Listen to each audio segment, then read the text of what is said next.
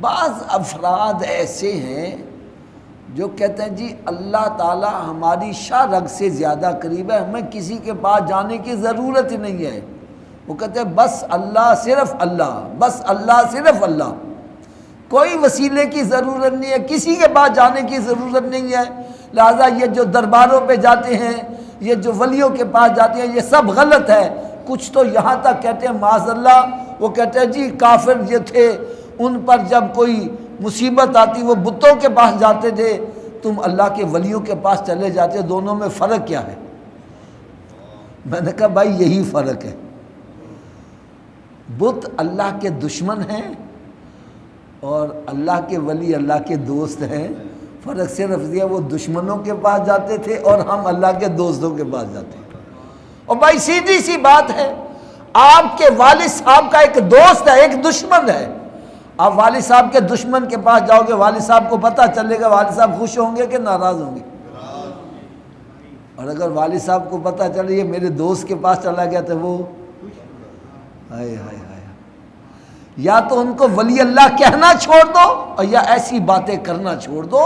اللہ کے جو دوست ہیں ان کے پاس جانے سے رب خوش ہوتا ہے، ناراض نہیں ہوتا۔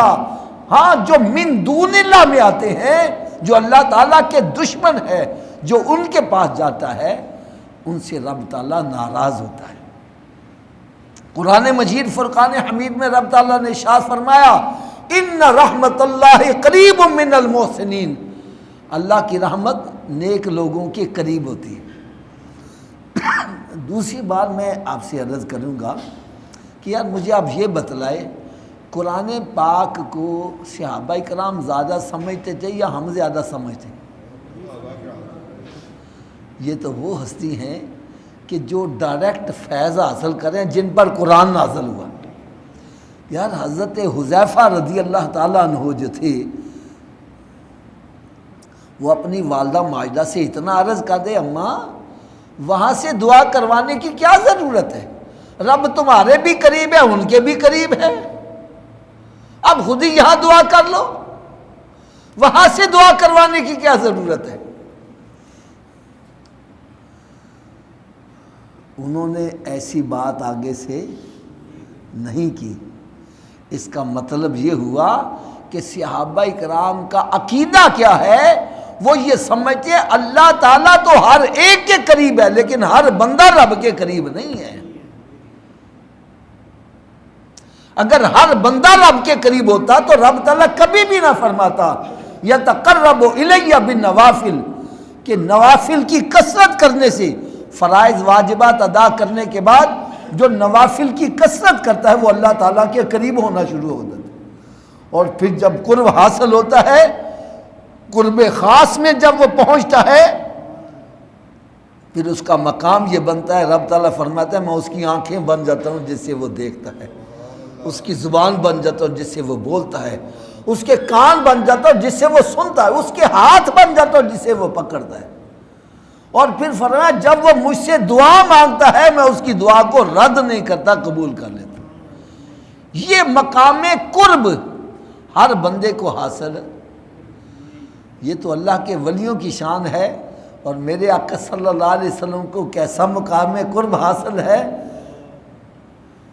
ہم دعا مانگے قبول ہو یا نہ ہو، اللہ کا ولی دعا مانگے رب قبول فرما لے، اور میرے آقا صلی اللہ علیہ وسلم دعا بھی نہ مانگے، صرف دل میں ہی خیال آیا ہے ہمارا قبلہ کعبہ ہونا چاہیے، نماز کی حالت میں اپنا رخ انور آسمان کی طرف اٹھایا، رب تعالیٰ نے آیتیں اتار دیا میرے محبوب ہم نے تیرا چہرہ آسمان کی طرف اٹھتا دیکھ لیا ہے، تو جدھر چہرہ کرے گا ہم ادھر ہی کعبہ بنا دیں گے۔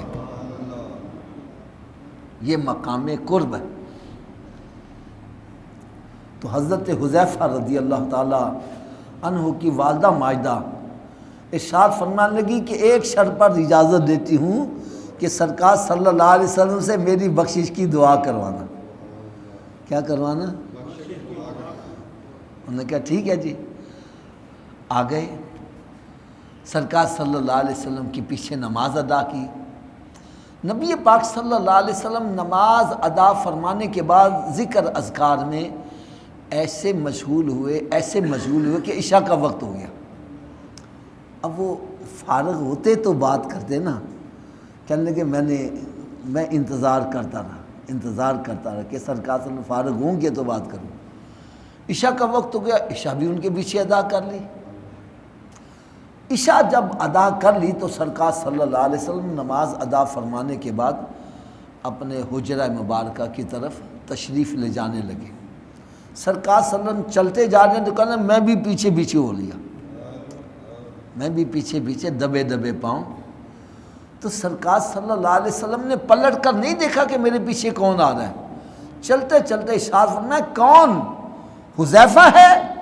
اے حذیفہ اللہ تعالیٰ تیری بھی تیری ماں کی بھی بخشش فرما دے۔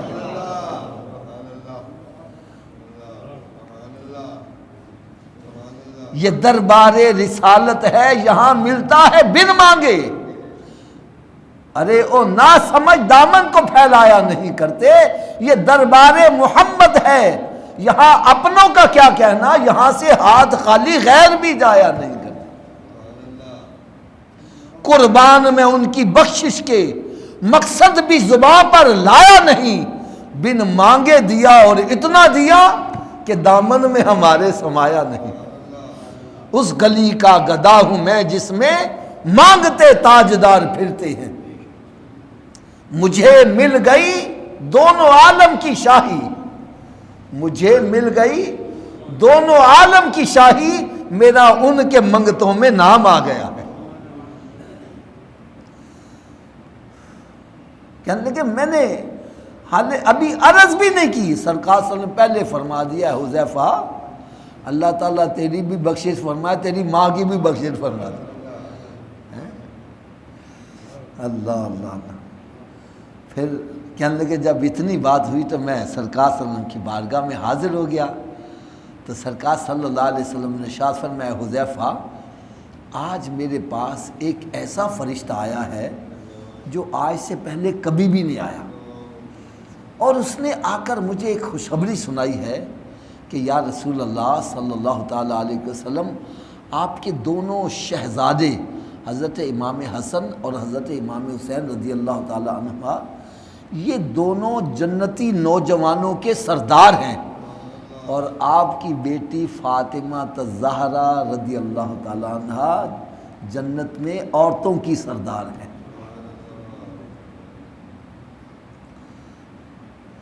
تو نبی پاک صاحب الاولاق صلی اللہ تعالیٰ علیہ وسلم کے یہ شہزادے جنتی نوجوانوں کے سردار ہیں، اور میں ایک بات عرض کرنا بڑی ضروری سمجھوں گا، اللہ کرے میری یہ بات دلوں میں اتر جائے۔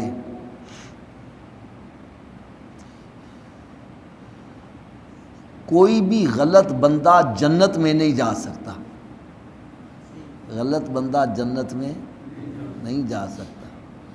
جیسے میں ایک مثال دیا کرتا ہوں، ایک صندوق ہم بناتے ہیں، اور صندوق بنانے کا مقصد یہ ہوتا ہے اس میں دھلے ہوئے پاک صاف کپڑے رکھے جائیں گے، گندے کپڑے ہم نہیں رکھتے۔ تو جنت بھی رب تعالیٰ نے پاک لوگوں کے لیے بنائی ہے، ناپاکوں کے لیے نہیں بنا۔ تو جنت میں پاک لوگ ہی جائیں گے، جو غلط بندہ ہے وہ جنت میں نہیں جائے گا۔ تو تھوڑی دیر کے لیے ذرا سوچ لو کہ جو حسنین کریمین کے بارے میں غلط قسم کے خیالات کرتے ہیں، جو امام حسین رضی اللہ تعالیٰ عنہ کو باغی کہتا ہے، اور کچھ ایسے افراد ہیں جو امام حسین کا ذکر کرتے ہیں، امام حسن کا ذکر نہیں کرتے۔ یا حسین تو کہیں گے، کبھی یا حسن بھی کہا ہے انہوں نے۔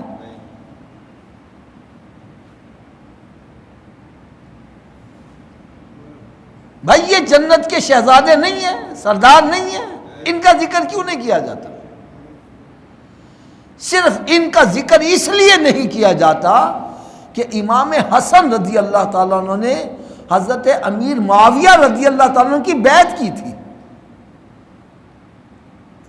اور میں آج یہ بات واضح کر دوں، حضرت امیر معاویہ رضی اللہ تعالیٰ عنہ کی بیعت صرف امام حسن رضی اللہ تعالیٰ عنہ نے نہیں بلکہ امام حسین رضی اللہ تعالیٰ عنہ نے بھی بیعت کی تھی، سب نے کی تھی۔